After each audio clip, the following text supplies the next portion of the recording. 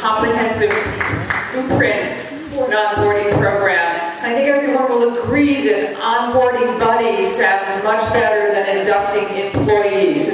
Thank you again. Okay, we're going to open up the Q&A session. We have roughly 10 minutes. So I'm going to ask the audience, if you have a question for one of the panelists, please stand up so we know where you are and someone can get the microphone for you. I see someone raising their hand. Please stand up. Yes, sir. Oh, hi, Roy. Roy Cohen, our senior coach. How do you determine who gets onboarded, supported? At what level? And I know it varies from one organization to another. Okay. Roy's question is, how do you determine who gets onboarding and at what level do you begin onboarding employees? Who would, I open it up to... I can start.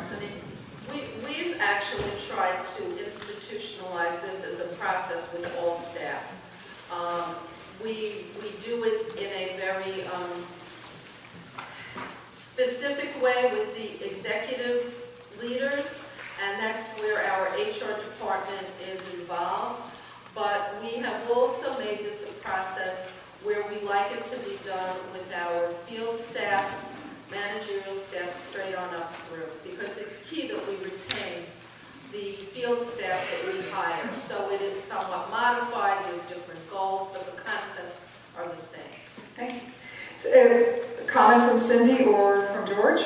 I think in different organizations it's been different, and one organization we had a buddy system like yours, and that was for anybody who came into the organization.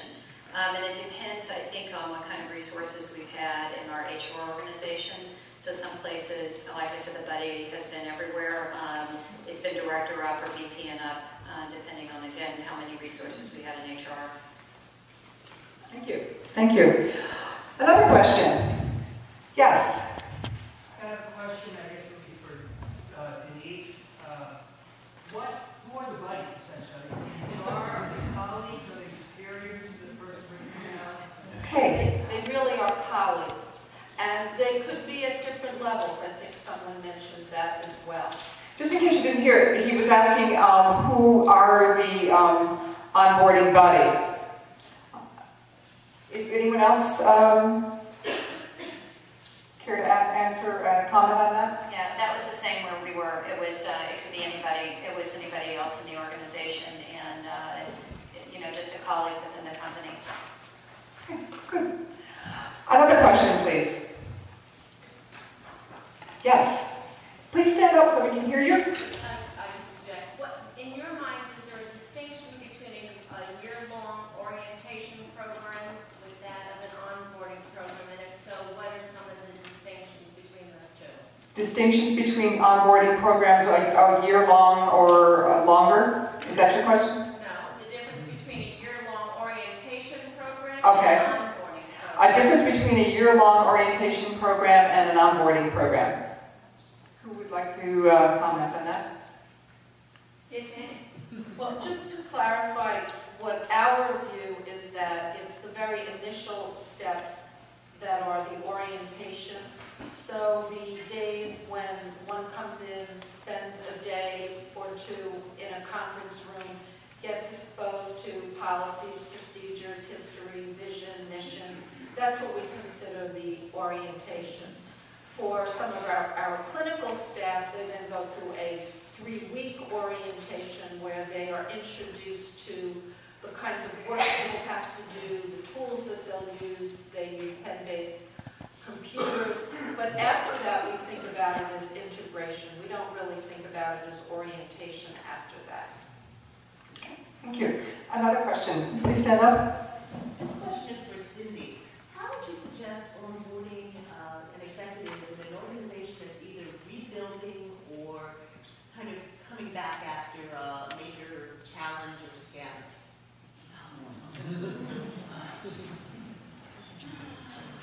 I think it would be really important for them. What was the question? Please. Yeah, I I guess it was how would you orient an executive coming in after a major scandal or rebuilding after a reorganization.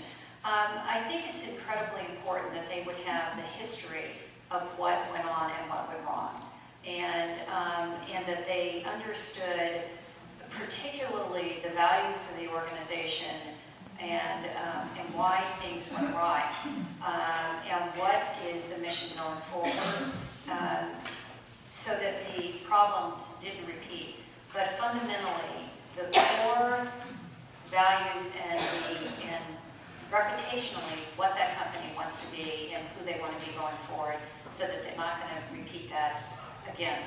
And having been in organizations where that's happened, I cannot stress how fundamentally vital that is, because everybody has to have, to their core, ethically, it cannot wait. And somebody who comes in and does not share ethically what everybody else shares and is a misstep, it can destroy everything. So, you know, if they don't, if HR and the management team doesn't get everybody in lockstep that way, particularly reputationally, you're sunk. So that has to be a core part of the recruiting process, and it has to be repeated every single time. I'm of the belief that that has to be when the senior management team gets together and has a dinner, there has to be a story of, if we're in this situation and this comes up, what are we as a team going to do? Because that tells where are people's heads at. Thank you, thank you. Sorry. We have time for just one or two short questions. Yes? You have one One more, we have time for one more question, and it's a short one. Can you speak a little bit about how you onboard a leader that's following a leader who is extremely successful, but then there's been a gap, say about 9 months between since that really successful person left? Okay, that's a little long of a question. The basic. The breakdown is if there's been an extended gap in a position and a new executive is coming on, are there any particular recommendations? Okay, I'll leave that question for George if you'd like. If you'd like to talk briefly about addressing that question of onboarding an executive when there was a gap, because we are running out of time. I'm sorry, George.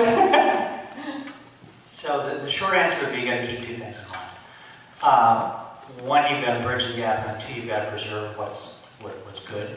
So if the team's been going without a leader for 9 months, they've been doing some things right, and the new leader needs to value those, cherish those things, and build on those. But inevitably, there are going to be some people on the team that no longer think they need a leader, or that they should be the leader. So there are going to be some big landmines there, and the new leader has to watch out for those as well. Thank you, George.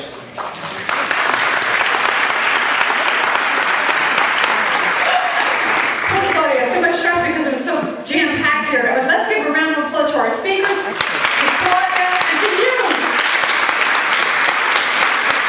Thank you all for coming, and don't forget to fill out your blue forms if you're interested in job search help, or if you would like to come and observe. And also pick up your goodie bags when you leave, thanks to George. And we'll see you all next time. Again, I just want to thank the panelists for the work